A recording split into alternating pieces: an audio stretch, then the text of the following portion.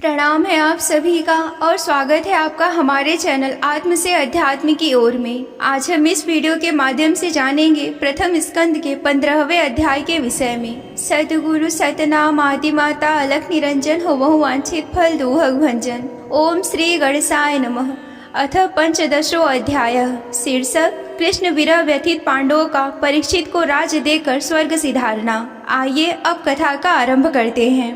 सूत जी कहते हैं कि भगवान श्री कृष्ण के प्यारे सखा अर्जुन एक तो पहले ही श्री कृष्ण के विरह से क्रुश हो रहे थे। उस पर राजा युधिष्ठिर ने उनकी विषादग्रस्त मुद्रा देकर उसके विषय में कई प्रकार की आशंकाएं करते हुए प्रश्नों की झंडी लगा दी।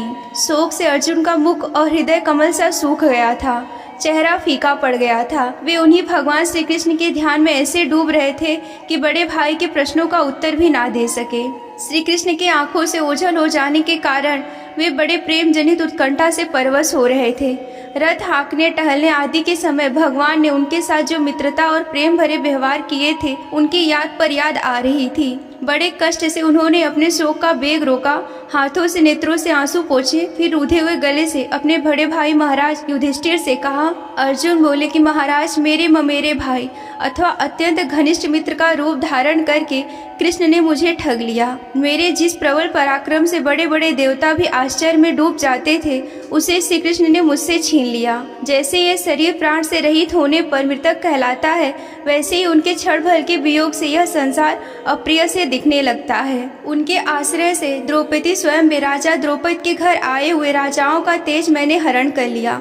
धनुष पर बाण चढ़ाकर मसभेद किया और इस प्रकार द्रौपदी को प्राप्त किया था। उनकी सानिध्य मात्र से मैंने समस्त देवताओं के साथ इंद्र को अपने बल से जीतकर अग्निदेव को उनकी तृप्ति के लिए खांडव वन का दान कर दिया और मैं दानों की निर्माण की हुई अलौकिक काल कौशल से युक्त मायामयी सभा को प्राप्त की और आपके यज्ञ में सब ओर से आकर राजाओं ने अनेकों प्रकार की भेंटें समर्पित की। 10,000 हाथियों की शक्ति और बल से संपन्न आपके इन छोटे भाई भीमसेन ने उन्हीं की शक्ति से राजाओं के सिर पर पैर रखने वाले अभिमानी जरासंध का वध किया था।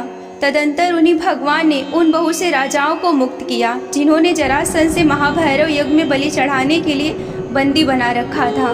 महारानी द्रौपदी राजसूय यज्ञ के महान अभिषेक से पवित्र हुए अपने उन सुंदर केशों को जिन्हें दुष्टों ने भरी सभा में छूने का साहस किया था उसे बिखेर कर तथा अपने आंखों में आंसू भरकर जब श्री कृष्ण के चरणों में गिर पड़ी थी तब उन्होंने उसके सामने उसके घोर अपमान करने का बदला लेने की प्रतिज्ञा करके उन धूर्तों की स्त्रियों की भी ऐसी दशा कर दी और उन्होंने अपने ही हाथों अपने केस खोल डाले। वनवास के समय हमारे वैरी दुर्योधन के षड्यंत्र से 10,000 शिष्यों को साथ बिठाकर भोजन करने वाले महर्षि दुर्वासा ने हमें दुअस्ता संकट में डाल दिया था।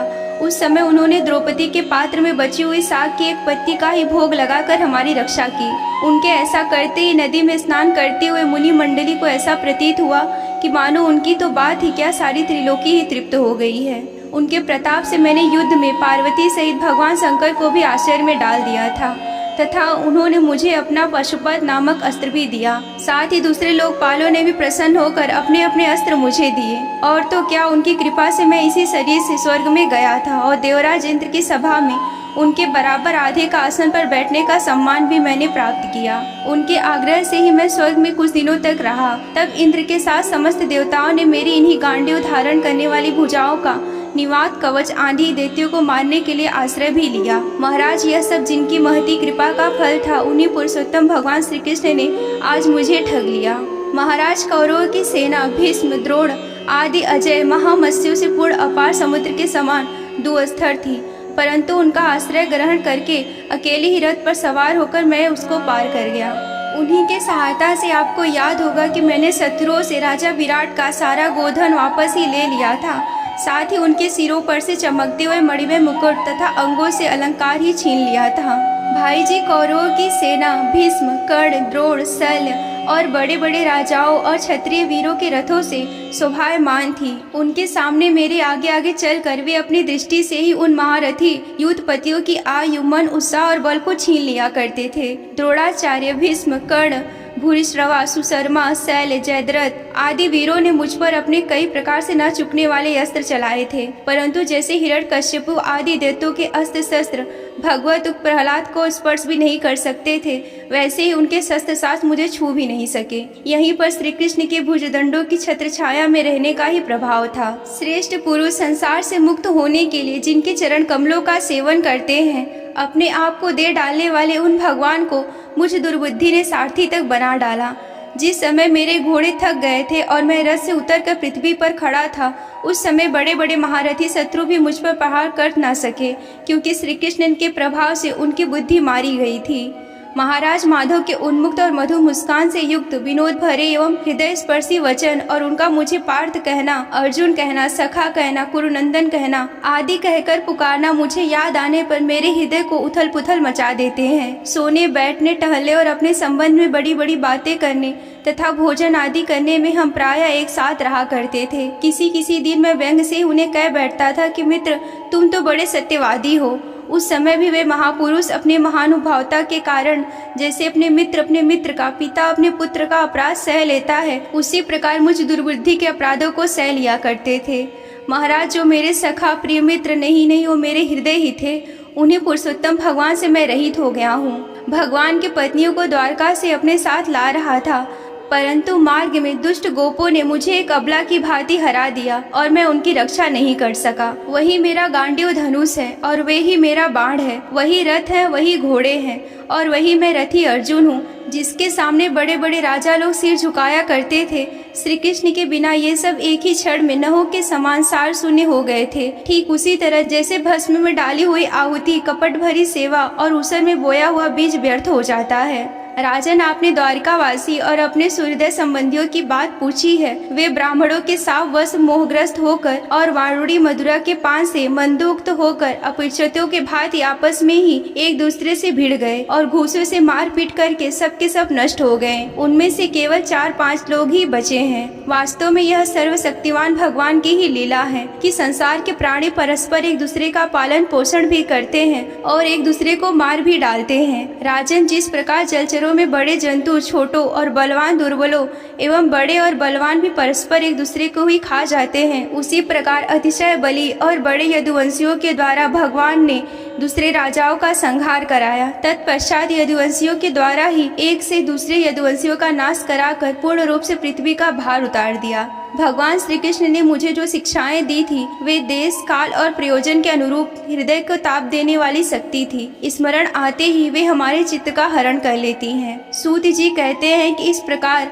प्रगाढ़ प्रेम से भगवान श्री कृष्ण के चरण कमलों का चिंतन करते करते अर्जुन की चित्तवृत्ति अत्यंत निर्बल और प्रशांत हो गई। उनकी प्रेममयी भक्ति भगवान श्री कृष्ण के चरण कमलों के चिंतन से अत्यंत बढ़ गई। भक्ति के बेग ने उनके हृदय को मत कर उससे सारे विकारों को बाहर निकाल दिया। उन्हें युद्ध के प्रारंभ में भगवान के द्वारा उपदेश किया हुआ गीता ज्ञान पुनः स्मरण हो आया, जिसकी काल के व्यवधान और कर्मों के विस्तार के कारण प्रमादवश कुछ दिनों के लिए विस्मृति हो गई थी। ब्रह्मा ज्ञान की प्राप्ति से माया का आवरण भंग होकर गुणातीत अवस्था में प्राप्त हो गई। द्वैत का संशय निवृत्त हो गया, सूक्ष्म शरीर भंग हुआ। वे शोक एवं जन्म मृत्यु के चक्र से सर्वथा मुक्त हो गए। भगवान के स्वधाम गमन और यदुवंश के संहार का वृत्तांत सुनकर निश्चलमती युधिष्ठिर ने स्वर्गारोहण का निश्चय किया। कुंती ने भी अर्जुन के मुख से यदुवंशियों का नाश और भगवान के स्वधाम गमन की बात सुनकर अनन्य भक्ति से अपने हृदय को भगवान श्री कृष्ण में लगा दिया और सदा के लिए इस जन्म मृत्यु रूप संसार से अपना मुंह मोड़ लिया। भगवान श्री कृष्ण ने लोक दृष्टि में जिस यादव शरीर से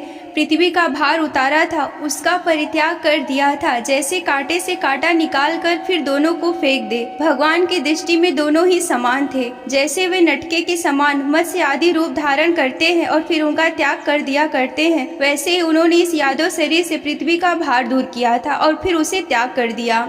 जिनके मधुर लीलाएं श्रवण करने योग्य हैं, उन भगवान श्री कृष्ण ने जब अपने मनुष्य के शरीर से इस पृथ्वी का परित्याग कर दिया, उसी दिन विचारहीन लोगों को अधर में फंसाने वाला कलयुग आ धमका। महाराज युधिष्ठिर ने कलयुग का फैलना छिपा ना रहा। उन्होंने देखा कि देश में, नगर में, घरों में और प्राणियों में लोभ, असत्य, छल, हिंसा आदि अधर्मों की बढ़ती हो गई है। तब उन्होंने महाप्रस्थान का निश्चय किया। उन्होंने अपने विनयी पौत्र परीक्षित को, जो गुणों से ही उनके समान थे, समुद्र से घिरी हुई पृथ्वी के सम्राट पद पर हस्तिनापुर में अभिषिक्त किया। उन्होंने मथुरा में सूर सेनाधिपति के रूप में अनिरुद्ध के पुत्र वज्र का अभिषेक किया। इसके बाद समर्थ युधिष्ठिर ने प्रजापति यज्ञ करके आहवानीय आदि अग्नियों को अपने में लीन कर दिया, अर्थात गृहस्थ के धर्म से मुक्त होकर उन्होंने संन्यास ग्रहण कर लिया। युधिष्ठिर ने अपने सब वस्त्र आभूषण वहीं पर छोड़ दिए एवं ममता और अहंकार से रहित होकर समस्त बंधन काट डाले। उन्होंने दृढ़ भावना से वाणी को मन में, मन को प्राण में और प्राण को अपान में और अपान को उसकी क्रिया के साथ मृत्यु तथा मृत्यु को पंचभूतमय शरीर में लीन कर दिया।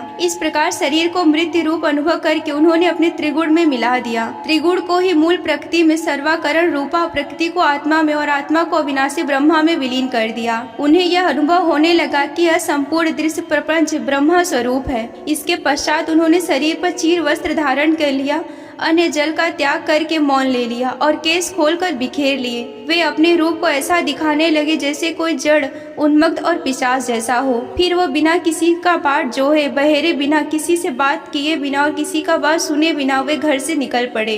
हृदय में उस परम ब्रह्मा का ध्यान करते हुए, जिसको प्राप्त करके फिर लौटना नहीं होता, उन्होंने उत्तर की दिशा में यात्रा की, जिस ओर पहले बड़े बड़े महात्मा जन जा चुके थे। भीमसेन, अर्जुन आदि युधिष्ठिर के छोटे भाइयों ने देखा कि अब पृथ्वी पे सभी लोगों को अधर्म के सहायक कलयुग ने प्रभावित कर डाला है। इसीलिए वे भी श्री कृष्ण के चरणों की प्राप्ति का दृढ़ निश्चय करके अपने बड़े भाई के पीछे पीछे चल पड़े। उन्होंने जीवन के सभी लाभ भली भांति प्राप्त कर लिए थे।